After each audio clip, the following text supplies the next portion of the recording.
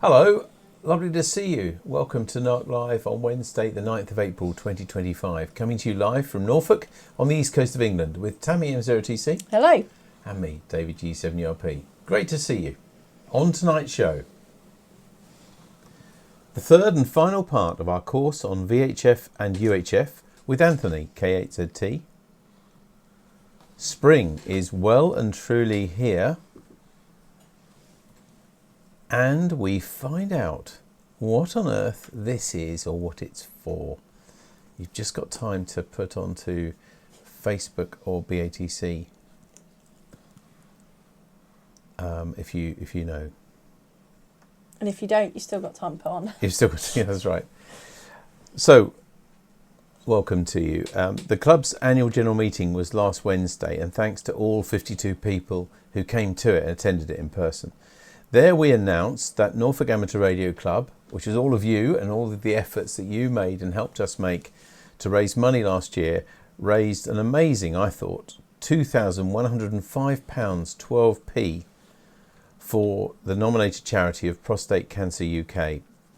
That was your vote to decide who we supported, and that's what we raised through the events of the year, including a raffle at Barford, including our sort of parcels raffle at Christmas dinner, and various other donations we get. Sometimes if we get involved with silent key sales, we get some of the share of it and everything else. But there we are, that's the money that you raised. Now, of course, at the AGM, we decide on how we're going to support, or who we're going to support this year in 2025. And there were actually two proposals from two members of NARC. One was to support prostate cancer again, and one was to support British Heart Foundation for this year's fundraising efforts. I think it's fair to say you had to be there in a way, but both proposals were very personal and heartfelt by those who nominated them. And the members at the AGM unanimously voted to support both charities in 2025. So in this year, we will be supporting both these charities, both Prostate Cancer UK and British Heart Foundation, and we'll be dividing whatever we raise at the end of the year in half and giving half to each of those charities. Also on club news now, Norfolk Amateur Radio Club has got two special events coming up at the end of this month. On Saturday the 26th of April 2025, NARC will once again be running a special event station with the call sign GB0CMS at K8ZT Lifeboat Centre as part of the International Marconi Day celebrations.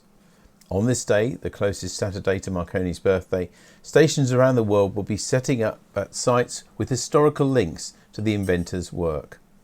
It's the 60th anniversary of International Marconi Day actually this year, and Norfolk Amateur Radio Club will be setting up at K8ZT from 8 AM on the Saturday, and we hope to be operating from 9 o'clock until about 4:30 that day, and you will be most welcome to come and visit us. You can also operate as well, and there is a comprehensive roster available online, and this is what it looks like. And to get a link to that, you just need to look in the newsletter or on our website, and you will find a link to put yourself on that roster. So there we are, various modes, various bands, and you'll be very welcome to come and see us. And there's normally a few cakes and things as well. Now, in a slight conflict, but it's just one of those things, I'm afraid. It's just the way because of the events. We've also got another special event station that we were suggested to put on that same weekend. Marconi Day is only on the Saturday, but this other one is on the Saturday and the Sunday. So conceivably, you could go to Marconi Day on the Saturday and come and visit this one on Sunday. But this is about Operation Manna and Operation Chowhound, because they were important humanitarian food drops to relieve the famine in Holland behind Nazi lines late in World War II. This year commemorates 80 years since these momentous operations, and several groups of radio amateurs around the world will be marking this with special event stations and awards. Norfolk Amateur Radio Club are running GB80 CHO from the 100th Bomb Group Memorial Museum at Dickleborough near Diss in Norfolk on both Saturday the 26th and Sunday the 27th of April. In addition to Britain, there are expected to be special event stations in Holland, Canada, United States, Poland and Australia. So a truly international special event really, and there's one right plonked in our county at Dickleborough near Diss.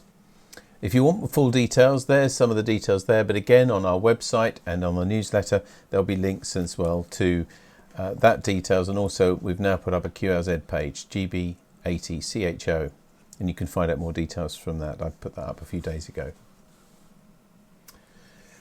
Now on to members news, and spring is definitely the theme this week, although ironically it just feels a bit colder today than it was. This studio is quite cold, isn't it? But it's been quite warm all week. So firstly, Bob G6PWS, he wants to keep us up to date with the Peregrines. Flo, who you first saw in 2023, has returned and bred again. And now her daughter Nora has taken over the lodgings. Someone reported that there were people trying to get into the nest site and police were called, but luckily they were scared off. Hopefully so that Nora can have her chicks in peace. And these are just a few of the pictures that Bob sent us. They're beautiful pictures, aren't they? Yeah, I'm sorry, Bob. I think you sent us a video as well, but I wasn't able to download that. We couldn't reproduce it. No, sorry about that. But anyway, these are great pictures. They're great pictures. Thank you. And on a similar theme, from James M0UKS and Lynn, they've sent us these pictures to remind us that spring really is here. Firstly, what do they call the hedgehogs? Hogs. Hogs in. Hogs in. That's hogs in. Yeah. That you can see it in the corner. Inside, yeah.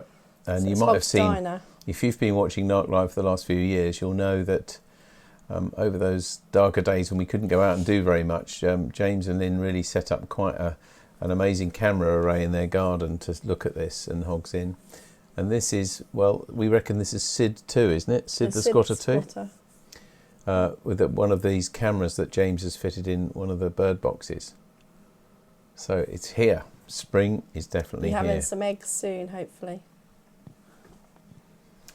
Now, it means, of course, the better weather does mean we are getting out a bit more than we were. And Steve G3EVA sent us this and thought that Roger in particular may like this from Facebook.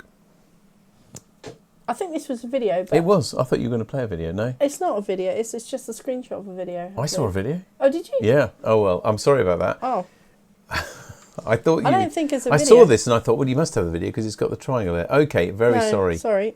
I've pressed along there. What are you doing? No, okay. It was all going so well. I know, there's not a video on it. Well, there is one. If you look on Facebook, I can't remember what it was called now. I'll try and find out before the end of the programme and let you know where to look for that, because it was animated and that was going round, and the hand, the mysterious hand on its own was playing Morse code. Is that as the wind is blowing, probably? I think so, yeah. It was really good, actually. Cool. Sorry about that. Yeah, I'm sorry. I'll see if I can get it for the end. Maybe. Really? Okay, set yourself a challenge. Thank you. Yeah. And actually, while we talk about Facebook and video, Facebook's been a real friend to NARC, because when we started all this way back in March 2020, Facebook is one of those places that we've always streamed to, and it's where quite a few of you watch, I know, the programme. I did put a mention of this in a newsletter a couple of weeks ago, but it's actually happening now, that Facebook are no longer keeping live videos forever as they have been. So there are programs right now that you can see, NARC Lives that we did way back in 2020, 21 and etc. But they're all being deleted. I think they're due to be deleted in May, so not long. And at the moment they are deleting videos after 28 days. So in March, for example, there was one on March the 12th, which we've just been informed is now going to be deleted tomorrow, April the 10th. So around about 28, 30 days. So this is not only just in case you want to catch up with any of those old NARC Lives, but of course you may yourself have uploaded videos there, and like other platforms like YouTube may have thought they would stay there forever, but they're not going to stay there forever. They're not uploaded videos, they are live. Live videos, absolutely. Yeah. So if you've done live videos on Facebook and you still refer to people to them because they're still there, they won't be there much longer. So do try and download them and copy them to something more permanent if you want a permanent record of them. Of course. Sorry, I was just going to say that of course, most NARC Lives we do now record digitally in the studio, and then manually we go home, we have something to eat, normally later have something to eat and drink, and then we upload it overnight onto our YouTube channel. So the programmes most NARC lives from about 2021, I think. We've done that too. I think so, yeah. For the last 4 years. So don't worry, you won't lose very much. But if you want to see those early days or anything you have done, as Tammy said, it only affects Facebook Live, then do take action, because Facebook have given fair warning that they're going to delete things very soon. Yeah. So, Little People, Tammy, I haven't had a clue and I haven't had time to have a look at what you put in this time. For the fact that was a JPEG that you sent me. So it was a link, actually. Anyway, it doesn't matter. We will try and bring that to you before the end of the programme. Not that I'm not saying I'm right. What? Little People. Anyway, this one grabbed my attention today because it looked really cool. Because that's a squeezer, isn't it? Yeah, the juicer. Like, see, I associate that with my nanny because she had one of those. Yes. Which I inherited, which is now in our drawer. Yeah. But I think people probably still have them. But it just looked really cool because it's like a force field that's smashing against another force field and making a big dome. So it's like two of them back to back, isn't it? Really good. Miniature-calendar.com. They put a new picture up every day, and Tammy picks one out for us. Thanks, Tammy. That's really good. So, do keep in touch with what you've been doing. You've been keeping us, with some nice pictures this week of spring. If you've got any pictures like that or any other thing, and of course the special events coming up at the end of the month, maybe you'll take some pictures and then send it there. You can send it to this address, radio@dcpmicro.com. It's at the bottom of your screens now. Now let's return to the competition that we set 2 weeks ago today, when we asked you, what on earth is this? Or what is it for? You didn't disappoint. Has anybody, firstly, we ought to just look and see if anybody's put it on there. No, I don't think we didn't get so many entries, though, I think it's fair to say, for this, as we have in recent weeks. So this was a bit more tricky, but it does have a specific use. Don't read the top one. Okay. PowerGem7 RFI says, it's a Pac-Man screwdriver used to tune the needle jets on small petrol engines. Bob G6PWS, that looks like a specific adjustment tool for a Husqvarna or similar carburetors or chainsaws. I think it may be a Pac-Man type. Not what I thought Pac-Man was, but never mind. Terry G0BIX says, I would probably try and use it to unlock one of our large bins where we put recyclables. Oh yeah, it does look a bit like that, doesn't it? Or like electricity cupboard or something. Yeah. Mike GAEY, I reckon the latest object is a carburetor adjustment tool of the Pac-Man variety. See, it just shows you this program, what you don't know. Yeah. And the answer anyway is... The answer is... It is a tool for adjusting the carburetor on chainsaw and stripper engines. That's a sort of a breakdown, and it's numbers 4 and 8 where you adjust them. So they're the screws that it adjusts. So it's a special kind of tool, really, to just adjust those. Amazing that all of you, or lots of you, got that from just looking at the end tool. So thank you very much for entering that. You did fool quite a few people, Steve. Thank you for sending that in. Are we allowed to say at this point that Steve actually entered the competition I didn't realise that. I'll be honest with you, everybody at home. We do normally rehearse this part of the programme. We just didn't have time today because of various reasons. So I was pounding away at the script. Tammy was in here doing the video. And we normally have a walkthrough, which is when we find things that they're missing, usually, but we haven't. We didn't do it today. Anyway, yeah, Steve, thanks for entering your own competition, but you're disqualified, mate. All right. Yeah. Thank you very much, though, for entering it. Okay, let's have a look now and see what we've got for you now. When we ask you, what on earth is this? Oh, have a good look. Someone gave us this, so we've taken this picture because it was a difficult thing to photograph, but I'm not allowed to give any kind of clue, so I won't, but just have a good look at it there. As usual, of course, I'll put it on the newsletter and I'll put it on our website, and you've got just under 2 weeks to let us know. If you let us know by 3 o'clock in the afternoon on Wednesday week, then we will put you in the competition. Do you know what that is or what it's for? Let us know, radio@dcpmicro.com. Now, before we get on to tonight's main event, we've just got time to tell you what's happening at the club this coming week. So on Saturday, being the second Saturday of the month, it's Koblenz Sked at 10 a.m. on 7.123 megahertz with a local talk-in on 145 250. On Sunday, as usual, it's the GB2RS News on GB3MB. Monday night at 7:30, also on GB3MB, it's the Monday Night Net. And at 8 o'clock, the CW Net on 3.543 megahertz. Then next Wednesday, April the 16th, a meeting at CNS between 7 and 9:30, so a week tonight. It's an in-person meeting at the school. It's a social informal plus bright sparks for our younger members. And although this is not strictly speaking a club event, this Saturday is the RSGB AGM. I did put a note about it in last weekend's newsletter, but if you're an RSGB member or if you're just interested in the sort of work that they do, the AGM is this Saturday, and it's going to be coming live from the studio, isn't it? We've got people like all of the board and things from all over the country, literally, right through to the Isle of Man. I mean, all over the place. They're normally coming from hotel rooms and all sorts to bring you the AGM. And it will, as well as the formal business of any AGM, they'll be bringing you a review of the year, revealing trophies that they're awarding and the results of the construction competition, and also a very interesting presentation on the strategy for the RSGB. So that's all coming up this Saturday at 10 o'clock. You can look on the RSGB website to find out a link to watch it live. So now let's get back to our main event, and we're very pleased to welcome again Anthony K8ZT, who's been presenting this series on VHF and UHF for us. Hello, Anthony. Good evening. Good to see you. My brother had one of those carburetor adjustments for his Husqvarna motorcycle. So. Oh, Husqvarna, yes, that's a Swedish company, isn't it? I think. Or yes, like but that. he had one. He had a dirt motorcycle when we were kids. I remember it great. I remember it very well. Well, that tool is just one of those things. I think either you know or you don't. But anyway, looking forward to this. This is our third and final part of this series, isn't it? And as always, at home, if you've got any questions or comments for Anthony during the talk, just pop them onto Facebook or BATC and we'll read them to him at the end. But now over to you, Anthony. Thanks. Well, thank you very much, and we'll jump into week number 3. Just a reminder, my contact information, K8ZT73@gmail.com, and my website at K8ZT.com. Again, this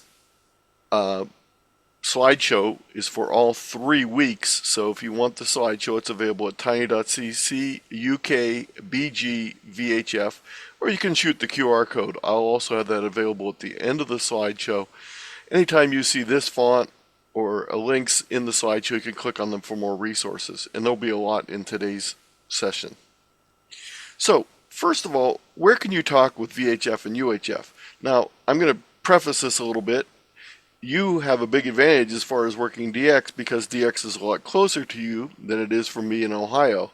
Of course, Canada's not that far, but that's the only country I can really reach on VHF and UHF, whereas in Europe, with the countries being much closer, some of the times when I'm talking about regional, we're actually talking about different DX. So first of all, you can have local contacts through a repeater, FM simplex, VHF, UHF, depending on your antenna height and your power you're running, will vary from a couple hundred feet to up to maybe 60 miles, maybe a little bit longer. Regional contacts can be accomplished with linked repeaters. These are repeaters that are linked either via a radio backbone or an internet backbone. If you want to start getting regional contacts directly, single sideband and FT8 VHF on 6 or 2 meters is one way you can accomplish that. These modes will allow you to get a little bit further distance.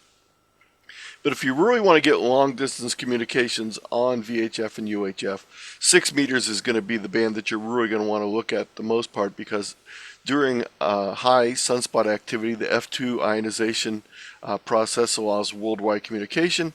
And even when the sunspot cycle is not very high like it is right now, the sporadic E can take place at any time and give you enhanced propagation. There are also something called EPP. EPP stands for Enhanced Propagation Phenomena. There are a number of these, including tropospheric ducting, meteor scatter, aurora scatter, trans-equatorial or TEP, and even bouncing signals off aircraft, the so-called aircraft enhancement, or the ultimate long distance is to bounce your VHF, UHF signal off the moon and back to Earth. Of course, that requires a little bit more technical expertise, a little more equipment, a little more antenna gain, etc. But these are all things that you can use to get long distance communications on 2 meters and up. If you click on any of these links, it'll take you out to that resource. So again, you're going to want to be able to get to those resources for more information.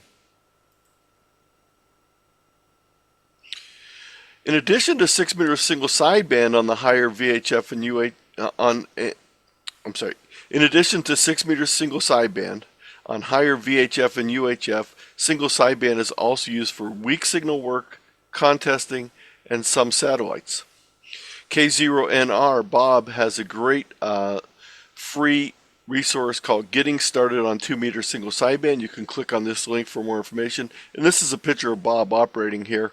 He happens to be operating FM right now on this particular picture because his antenna is vertically polarized and he's holding a handheld HT here, but this article is available. Single sideband activity typically uses horizontally polarized antennas versus vertically polarized antennas on FM. If your antenna is polarized differently, you will lose some signal strength. That doesn't mean you can't make any contacts, but you have much better success if both stations have the same orientation of polarization for their antennas. Satellites in space are a great way to extend your signal. With rare exceptions, with a few older satellites, most of the satellites are on the VHF UHF bands. There are 5 main types of amateur radio satellites. The first one is referred to as LEO, which stands for Low Earth Orbit. These are FM-based satellites. They're very simple to use. There are some limitations because of the low Earth orbit. The footprint is not as large as a satellite in a higher orbit. Also with FM, pretty much one person at a time can talk on the satellite. There's also some low Earth orbit satellites that use linear transponders. These use single sideband and CW, and they can accommodate multiple signals simultaneously on the satellite. Higher orbit linear transponders, there's none currently in orbit for amateur radio operations. I cut my teeth with Oscar 10 back in the 80s and 90s, and it had a very high orbit, so the footprint was very large. I could easily reach all the way to South Africa from the US and all the way to VK land. So a high orbit satellite gives you a lot more footprint, but there currently is no high orbit transponders. A geosynchronous orbit. You're lucky in region 1 there is a geosynchronous orbit satellite. This stays in the same place, so you can always aim your antenna in the same direction, and that will be available. We do not have a geosynchronous satellite available in region 2 or region 3. Another type of satellite you can use is the International Space Station. It has a repeater on it, so it's basically a satellite, just like every other satellite that repeats your signal back to Earth. And you can also sometimes make contacts with the space station. We'll talk a little bit more about that later. Low Earth orbit FM satellites are a great starting point for new operators. They're easier to use. You can often use an existing dual band HT, mobile, or other FM capable radio. You don't need a special single sideband or CW radio to use these.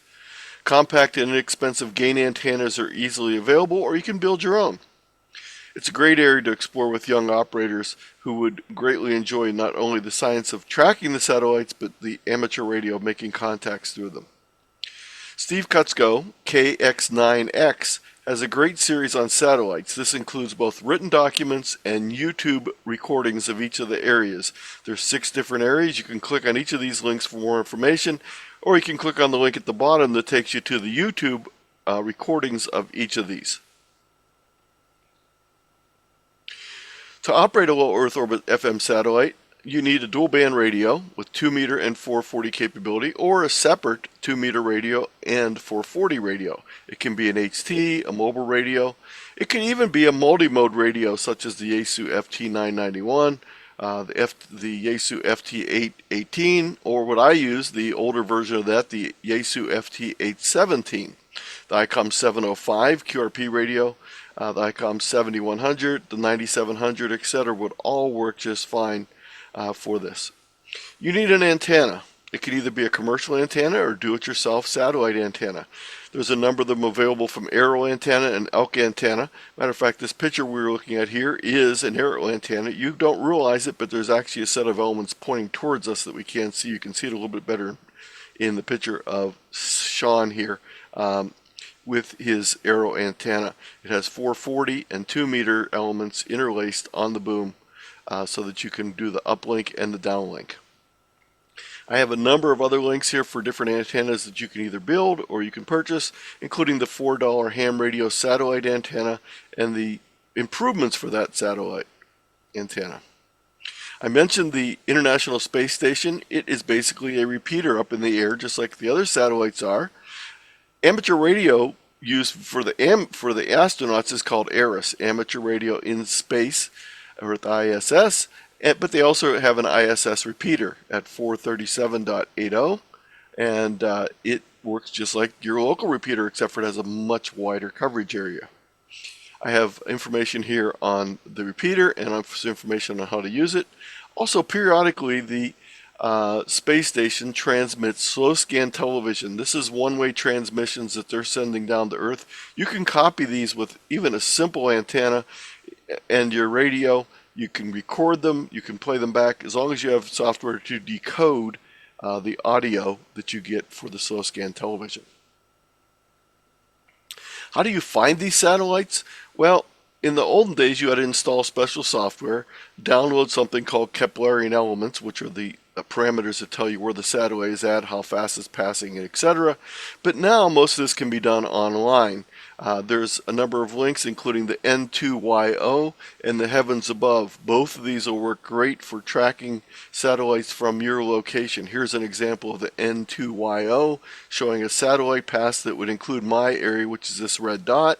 It's coming down from Alaska and going along the western coast of the United States, and that satellite would be available to me here in Ohio when it gets close enough to the pass. Let's switch gears completely now, and let's come back down from space and let's go to our local pub. Or maybe not our local pub, our local repeater. This is a very interesting activity that a gentleman in Michigan developed for his local club. Instead of completely abandoning repeaters, he designed something called a repeater crawl, similar to a pub crawl. You might also use your repeater for weekly training nets, for radio operations, emergency testing, or even CW training. You might also link your repeater to other repeaters via a backbone, or connect it via Echolink or the digital FM modes. We'll talk more about those in a few minutes, but that takes the everyday repeater and brings it to new levels. Let's talk a little bit about the repeater crawl. So Keith Armitage, K8ZT, developed this, and on a specific night the participants check into a number of local repeaters in a specific order, just like a pub crawl, with live online log sharing spreadsheet, or using NetLogger, which is a tool that will let you also share a live log of the net operation. It encourages hams to try new repeaters, program new repeaters into their radio memories, set tones that are necessary, and to check out their equipment, try different antennas, discover which repeaters you can successfully reach from your station setup. And in addition, you can switch to different bands. You might do something similar on 6 or 10 meters or 1.2 gigahertz. Let's talk a little bit more about 6 meters. I mentioned a little bit already, but let's focus on it a little more. 6 meters can provide the longest coverage pretty much of any of the VHF UHF bands that we have available, especially during high sunspot activity when the F layer becomes highly ionized, or through sporadic E. It's often referred to as the magic band because it can magically appear to have long distance communication when sporadic E takes place. Most newer HF radios already include 6 meters, so you might already have 6 meters and not be using it. For more information on HF radios, I have a guide to buying amateur radio equipment. You can click on that link for more details. Gain antennas are easily manageable size with 6 meters, but even a simple dipole or a J-pole will work just fine. Single sideband and digital modes such as FT8 and FT4 are most popular, but there's also some CW and some FM, both simplex and repeaters available on 6 meters. Here's a number of 6 meter resources, including a free book that's available from K5ND, the K5ND website, some 6 meter antennas, building your 6 meter Moxon antenna, and a coaxial dipole antenna, which is aka known as a flower pot antenna. This is an antenna that's very easy to create a stealth version of and have it look like a flower pot. So click on this link up, I'm gonna have to fix the link. I will do that. Links come and go, so I'll make sure I get that link corrected. We haven't really talked a lot about microwaves, but the next bands after UHF are the microwaves. There's a lot of open space. These bands are very wide. They can support a variety of modes that are unsupportable on the lower bands, such as amateur fast scan television. Amateur radio fast scan television takes 6 megahertz of bandwidth. And pretty much, if we used it on HF, we'd have to use almost all the bands combined to get enough space. But when we start going up on 430 megahertz, 70 centimeters, we have that amount of space available to us, so we can do things like fast scan television. You can also do types of connections like Wi-Fi using mesh networks or ARDN networks. There are special contest periods. There's special modes available. I'm not going to have a lot of time to talk about that, so I have a link on getting started with microwave radio, which is a little bit beyond what we're talking about for the most part. Let's switch our focus to VHF UHF contesting. In many ways, it's similar to HF contesting with quick exchanges, points per contact, multipliers. Now, the multipliers are usually grid squares in VHF and UHF contest, meaning that it might have multiple, very easy to get to various multipliers in very short distances. For information on finding your grid, I have a link here that will help you find your grid square. And there's a variety of modes used in VHF UHF contesting, including single sideband, CW, FT8 and FT4, and even a little bit of FM. So if you're limited to an FM radio, you can still get on during many of these contests. You just won't have as many opportunities.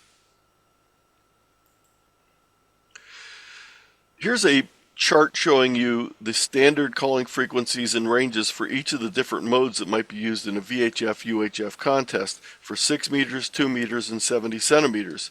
Single sideband, CW, FM, FT8, and FT4 are all utilized in a number of contests, and I have the national calling frequency, but then the range of frequencies that are used for that mode in contesting. Some of the big differences between VHF contesting and UHF contesting. QSYing. The Q code QSY means should I change frequency or will you change frequency? QSYing, when you're talking about VHF UHF contest, comes from the term of after you work one station on one band, you'll often be invited to a QSY to another band to complete additional QSOs with the same station. So for example, I might contact a station on 6 meters.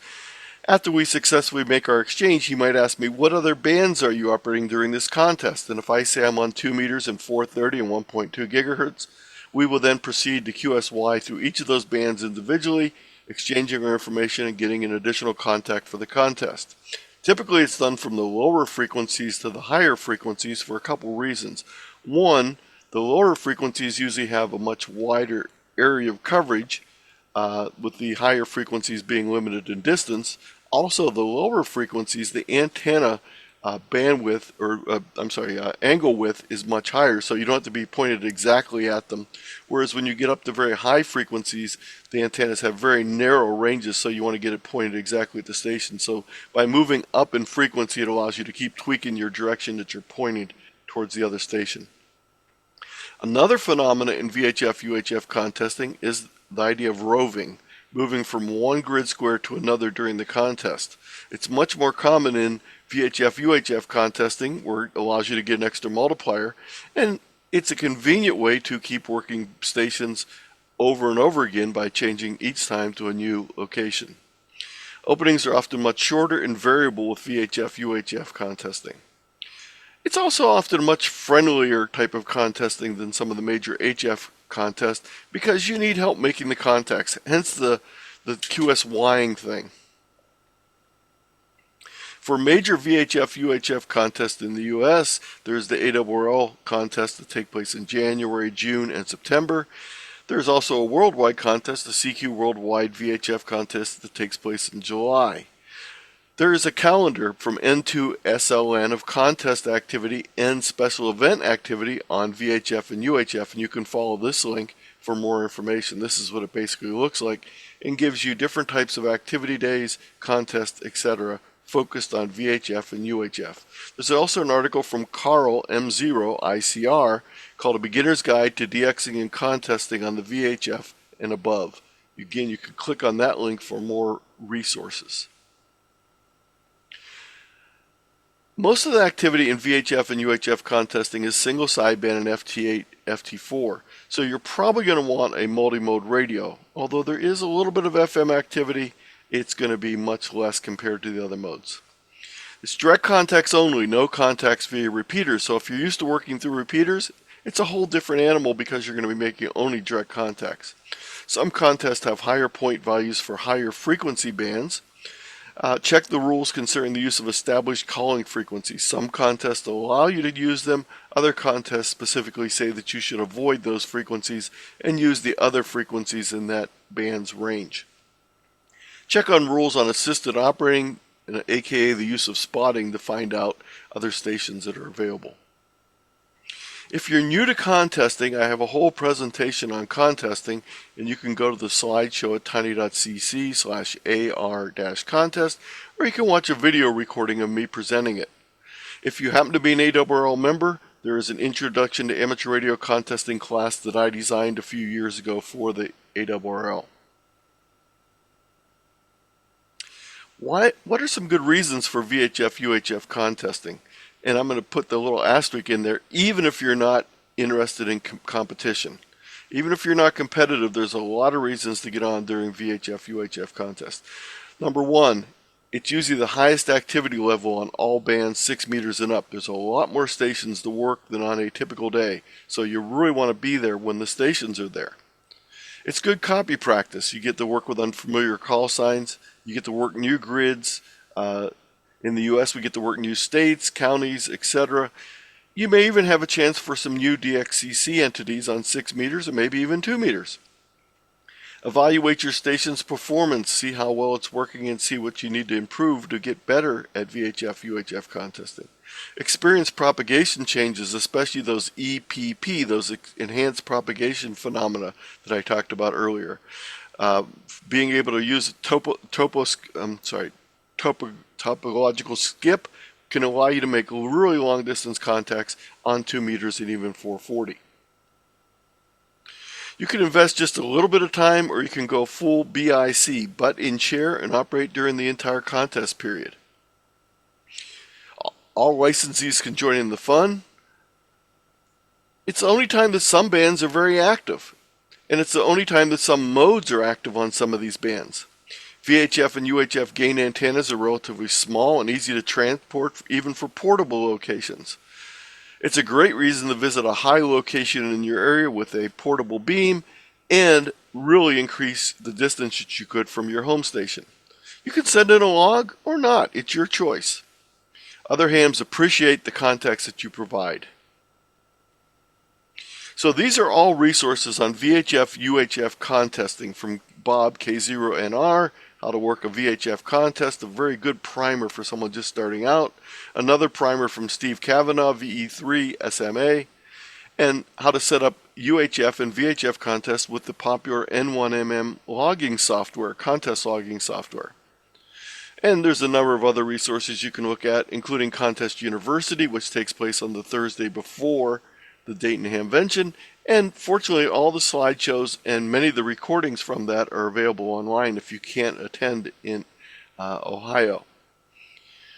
Some information on openings. You can go to DX Maps. You can pick the band you want to take a look at. Here's 6 meters, for example, 70 centimeters, 144. And again, you can go there and then zoom in on your location. Zoom in here a little bit. And we see right now that there's a station in Northern Ireland making contact with Germany on 2 meters.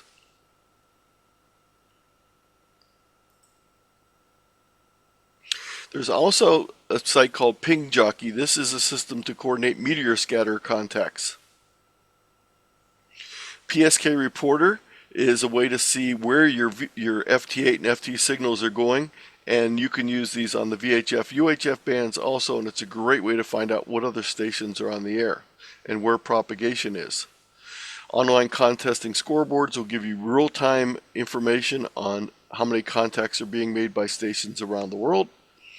And there's also the ON4 KST online chat to coordinate VHF and UHF contacts. Might not be able to be used during a contest because contests may not allow the online chat to arrange the contact, but it's a great thing for times when there aren't contests.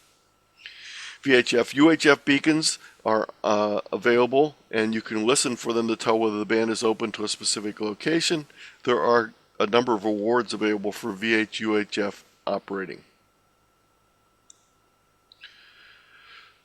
I mentioned roving before. This is Marty N6VI, who wrote part of this presentation with me. This is his Toyota Land Cruiser, and he's out in California desert with his rig here. It covers 6 meters through 1.2 gigahertz, and he takes us out to go contesting. He can easily move from one location to another without changing anything as far as antennas go.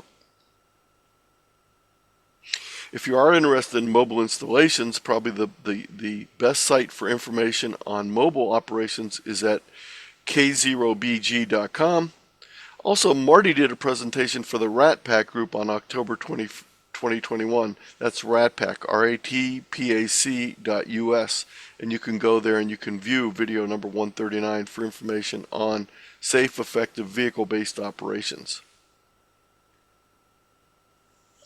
In addition to contests, many groups also sponsor activity days or weeks for higher frequency and lesser used bands. VHF UHF activities are popular in some parts of the United States and some parts of Europe. 10 gigahertz and up type of activities, 220, which I know is not available in Europe but available in the US, and other higher frequency band activities. There is actually a lot more activity on VHF and UHF in Europe and the UK than there is in the United States. So what else can you do with VHF and UHF? Well, here's a big laundry list, and we'll go through each of these individual. DMR, D-Star, Fusion, so-called digital voice FM modes. FT8, FT4, JT65, and other so-called digital sound card modes. We'll distinguish between those in a moment. You can do SOTA and POTA. You can do emergency communications. VARA FM is another form of emergency communication that lets you send email via amateur radio. Echolink will talk about connecting to repeaters that are not close enough for you to get to with your radio. Fox hunting, also known as direction finding, can be done on HF, but it can also be done on VHF and UHF. And again, Earth, Moon, Earth bounce is another thing you can do with VHF and UHF. So let's look at this digital mode thing. It's very confusing when I say digital modes in VHF and UHF because there are two types of digital modes. They're very different technologies and work very differently. Digital voice FM modes, such as DMR, D-Star, and Fusion, convert your audio from your voice or from the radio into and out of digital format for transmitting. So they convert that analog voice into a digital format, then send it via radio to the other station. They also use a number of methods for linking various repeaters together and also using two simultaneous chats using voice multiplication on the same repeater at the same time. But what they don't do is they don't actually distribute digital information. They simply use digital to encode and decode the analog voice signals. Digital sound card modes, on the other hand, such as FT8 and FT4, take keyboard input, they convert it into a digital audio signal, which is then fed into your radio, typically using a single sideband radio, is transmitted to another station, and then decoded back to a screen display at the receive end. So we'll look at both of these in a little more detail. So digital voice FM modes, DMR, D-Star, Fusion, which is Yaesu, also known as C4 FM. Digital voice FM modes, each one is different and incompatible with the other one. So D-Star and Fusion will not work together. D-Star and DMR and Fusion, you need to have the same format. Now there is a way around that, we'll talk about it in a minute, but each one of these is a separate mode. So if you're thinking about getting into one of these, I would strongly suggest before you invest money in one of these technologies, find out what everyone else in your area is using or predominantly using so that you'll be able to connect easily with stations that are close to you. There's nothing like buying a DMR radio and then find out that all the repeaters in your area are D-Star or they're all Fusion. So make sure you check that out first. Now, even if you do not have a digital FM radio, or if you have the wrong format of digital FM radio, there is a way around that, and it's called hotspots. Hotspots are small computer interface devices. They allow you to use an analog radio, such as your simple FM HT, to contact that hotspot. That hotspot then uses an internet connection to connect to any of the other formats, the DMR, the D-Star, or the Fusion. It does require an internet connection, so it's not purely over the air as might be the case with other operations. There's also online apps that will mimic a hotspot and work with your computer. Things such as DroidStar is an Android program that will let you use D-Star repeaters without having any radio or hotspot at all. You do need to register your call sign so you can use these, and you do have to have a computer and internet capability, but it will let you connect to one of these digital repeaters without having any equipment at all other than a computer and an internet connection. I have a number of links here on D-Star, Fusion, and DMR. These are all a number of slideshows, videos, etc., explaining in much greater detail than I have time to cover today how each of these different digital voice FM modes functions.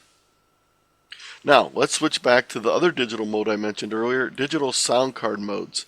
These use sound cards in a computer to modulate and demodulate the information, similar to what a modem would do in our early internet days. Most but not all of the digital sound card modes require a single sideband capable VHF radio, or HF radio if you want to do this on HF. There are a few things you can do with FM, but a CW only radio would not work at all because you have to be able to transmit multiple tones. These use MFSK, multiple frequency shift keying, so they use multiple tones. Anywhere from 2 to 65 different tones are transmitted each time. If a radio does not have a built-in sound card, you will need an external sound card interface. They're inexpensive and easy to find. You also need appropriate cables to interface your radio with your computer and the external sound card. Now, these are a number of external digital sound cards.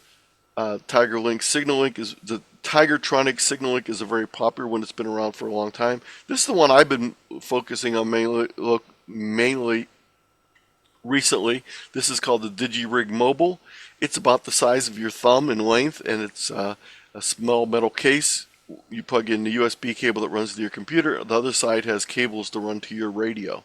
And there's other ones out there, including the Mini Pro SC, the MFJ, the ZLP. These are all ones that act as interfaces between a radio that doesn't have a digital sound card interface and your computer. If your radio has a built-in digital sound card interface, it's typically just a matter of running a simple USB cable between the radio and your computer.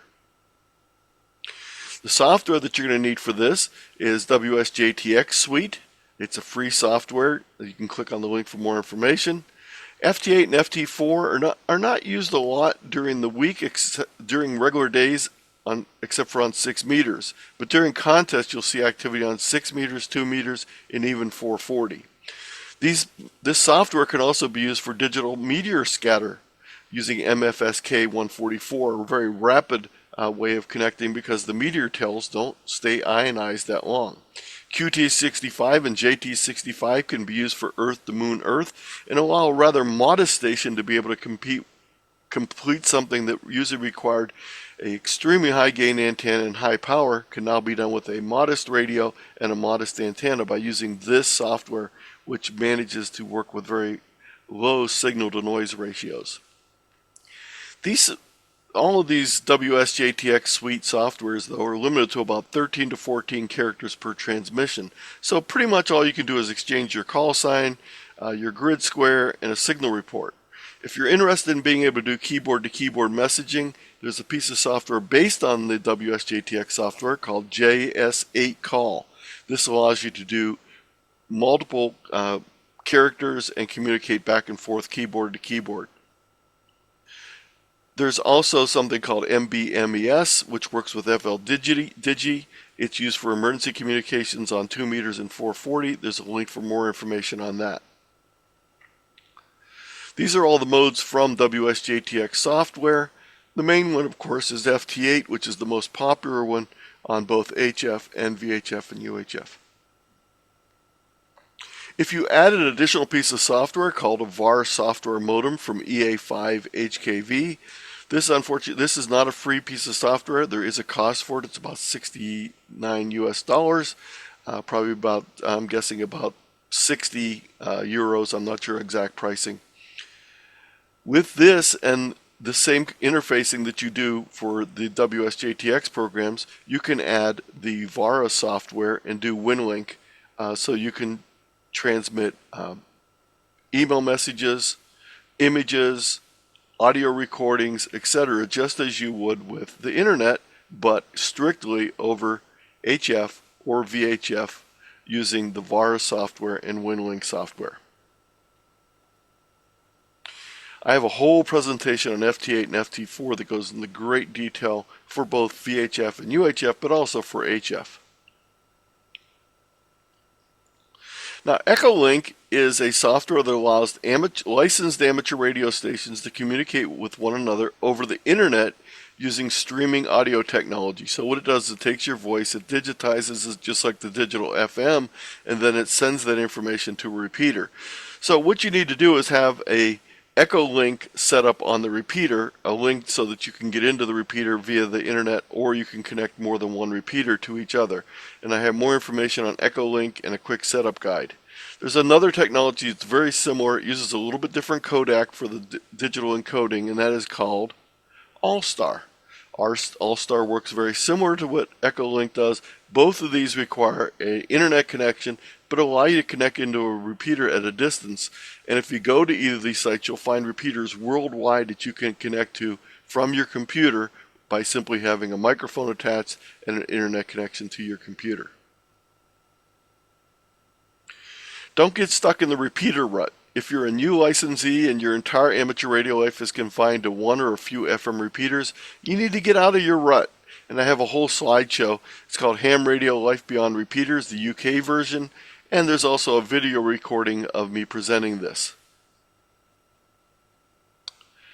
We've talked about a lot of techniques over the last 3 weeks, and you're going to need some help continuing in this process. And I suggest you find a mentor, someone who's familiar with VHF and UHF operating, who can answer questions, maybe help you find equipment that you want to buy, even loan you equipment that you might need to test, or help you build an antenna or other things. So I suggest you find a mentor or mentors. There's nothing wrong with having more than one mentor for different areas of amateur radio. How do you find a mentor?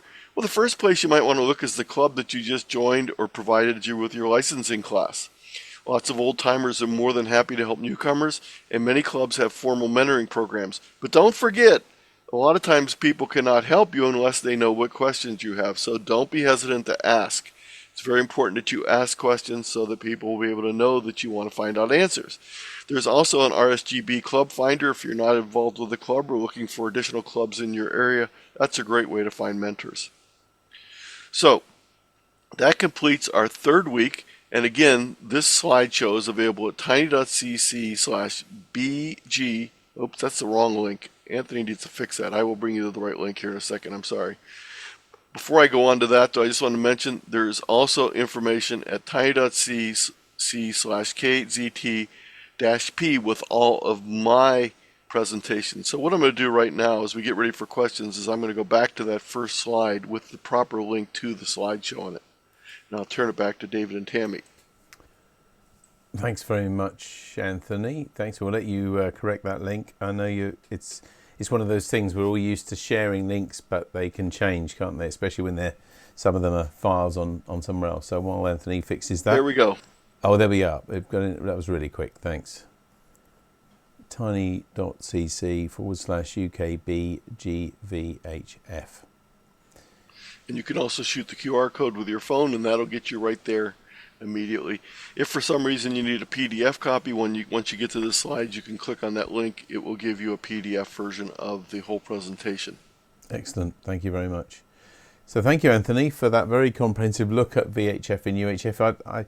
It's one of those things, if you've been a radio amateur for a while, you don't really realise all there is to it, and you just sort of pick it up over years and pick up various things. But when you see it all condensed like that into 3 presentations, you realise how much there really is to learn. So hopefully, especially for those of you fairly new to the hobby, it's helped some of you as well. So this is a great time to ask any questions or make any comments at all for Anthony.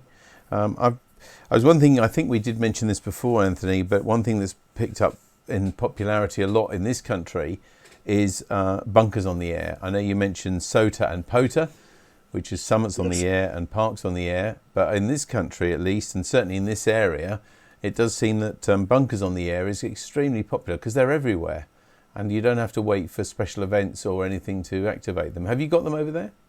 We do not have bunkers on the air. There are a couple bunkers, but I've not heard of bunkers on the air activity. There's a very interesting World War II. It's sort of a bunker, but it's more of an observation type of bunker along the coast in Delaware. There's a section that was used to guard the harbor at Philadelphia and the harbor at Baltimore. And it's very interesting. Some of the state parks along the Delaware coast have these observation/bunkers on them, which are very interesting. And I actually did go up and operate from one a few years ago, before bunkers on the air was a popular thing, but it was a POTA event because I was in a park. Okay, yeah, well, as I said, that may find its way over there for you. I know Parks was really picking up, and as you said. I've just got another question. We haven't got any questions yet or anything from anybody, but there's a lot to take in, so I totally understand. I was going to ask you about the digital formats, because you said the 3 main formats out there are very different from each other. Are the standards open, do you know? That's the reason that they're different, is because they all use different codecs, the software used for encoding and decoding into digital modes, and some of the software is not open source. So, for example, D-Star is used by ICOM and Kenwood. They're the only 2 manufacturers that are paying the licensing fees to use the software. Fusion is very similar, but it's only being used by Yaesu. DMR is a fairly open source type of software. There are about 3 or 4 other ones that I didn't mention. I don't remember. There's A25, there's MR2. I can't remember all the ones that are out there. But the thing is, they all use different software to do the encoding and decoding. That's why they're not compatible with each other. It's interesting, though, isn't it? Because our hobby and our license certainly is in this country, and maybe yours as well. One of the things we're not allowed to do is encrypt what we do, and at least not for it to be encrypted so that somebody else can't read it. I guess somebody can argue maybe that if you've got one of the compatible transceivers, then you'll be able to decode it. But it's kind of interesting that it's coded, isn't it? I think the encoding method is in the public use, but the licensing fees for it. Okay, so when you talked about the hotspots, that is a way around this. Yes. You can install on a lot of computers. Have they then paid license fees to be able to decode things like Fusion and D-Star?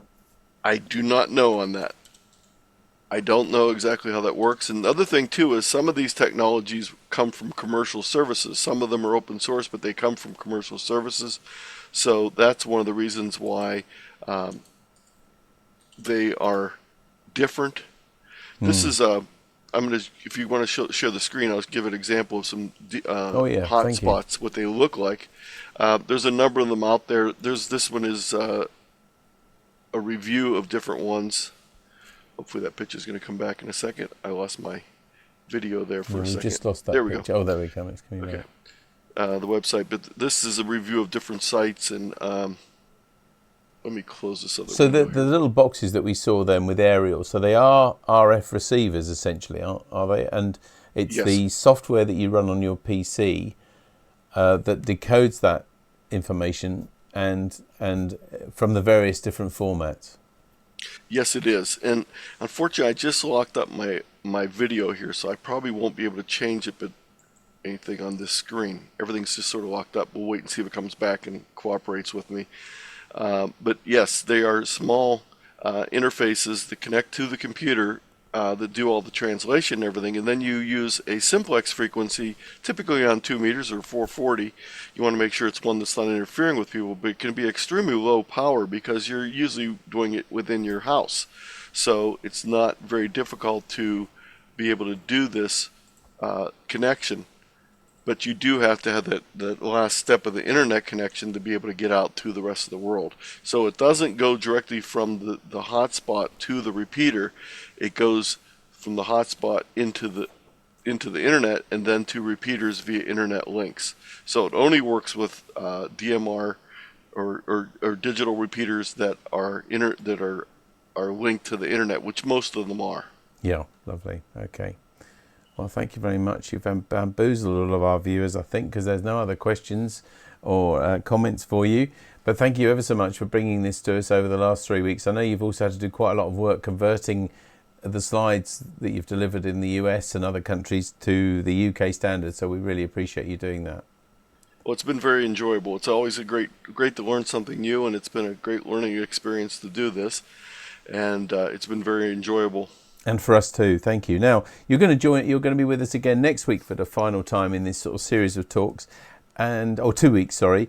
The next time, though, you're going to be coming completely different. You're going to give us a talk on radio, 100 years of commercial broadcasting in the US. Yes, and we're actually even going to go back before that. We're going to talk a little bit, before we even get into the commercial radio, talk about the advent and some of the history leading up to the whole technology of radio. So there'll be some tie-in with amateurs, of course, because we were on before commercial radio.